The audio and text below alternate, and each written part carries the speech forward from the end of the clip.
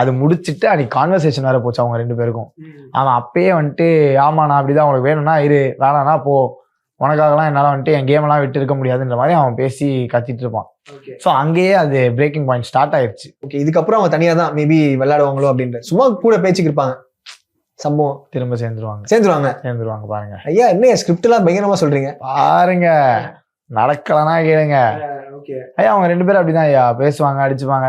அவன் வீட்டுக்குள்ளேயே இருந்துட்டு அவன் வந்துட்டு மச்சான் நான் பார்வை மிஸ் பண்றேன்னு நினைக்கிறேன், டேய் இங்க தானே ஆகுறா, பேசலன்னா என்னடா மிஸ் பண்றேன்ற அப்படின்னு உள்ள இருக்கு பிக் பாஸ் வீட்லயே மிஸ் பண்றான். என்னத்த சொல்ல அவன்கிட்ட போயிட்டான். அப்ப ட்ரூ லவ் தான் போலுக்கு. No comments, simply best. நீங்க வந்து போயிட்டீங்க கூட ஜோடியா ஆதரியும் போறாங்களே அப்படின்ற மாதிரி எல்லாம் போட்டுருந்தாங்க. ஜோடி ஆரியும் ரெடி ஆயிட்டு இருந்தோம். அப்படியா? நீங்க வேறங்க ஐயா, எனக்கு ஐயா நான் வந்ததே நான் ஒரு ஷாக்ல தான் பார்த்தேன். நான் எப்படா வந்தேன் வெளியே, என்னடா இது அரோரா உட்காந்துருக்கா, சுபிக்ஸா இருக்கா, சாண்ட்ரா இருக்காங்க, இவங்களெல்லாம் வச்சுட்டு நம்மள ஏன்டா அனுப்புறாங்கன்னு நான் அதுக்கே ஷாக்கா பார்த்தேன். நான் அந்த எவிக்ஷனே வந்துட்டு ஃபர்ஸ்ட் ஷாக் தான் ஆனோம்.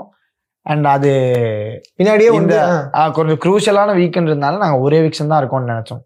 ஆதிரி எதுக்கு அமிச்சாங்கன்னே தெரியல. ஏன்னா நான் யோசிச்ச பாயிண்ட் வந்துட்டு எஃப்ஜே எவிக்ட் ஆனதுக்கான காரணமா எஃப்ஜே பார்த்தது என்னன்னா, போன வீக்கெண்ட் இந்த வீக்கெண்ட் வெளியே வந்தேன், இதுக்கு முன்னாடி வீக்கெண்ட்ல வந்துட்டு சேது நான் விஷயத்தை அட்ரஸ் பண்ணியிருப்பாரு. இந்த கோர்ட் டாஸ்க்ல வந்துட்டு நீ உனக்காக இன்னும் கொஞ்சம் வாதாடி இருந்தா உனக்கு இன்னும் பாசிட்டிவா மாறி இருக்கும் அது அப்படின்றத வந்துட்டு அட்ரஸ் பண்ணியிருப்பாரு.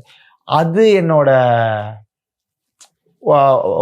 ஆடியன்ஸ் பெர்ஸ்பெக்டிவ் மாத்திருக்கோன்ற மாதிரி எனக்கு ஒரு ஃபீலு. ஸோ அப்படி வந்துச்சுன்னா எஃப்ஜே அதனால வெளியே வந்துட்டானா ஆதிரைக்கு பாசிட்டிவா தானே மாறி இருக்கணும். அது ஆதிரைக்கு அங்கே வந்துட்டு பூஸ்டப் தானே ஆயிருக்கணும், நடக்கல. ஸோ அப்படி இருக்கும்போது அது ஷாக்கு தான்.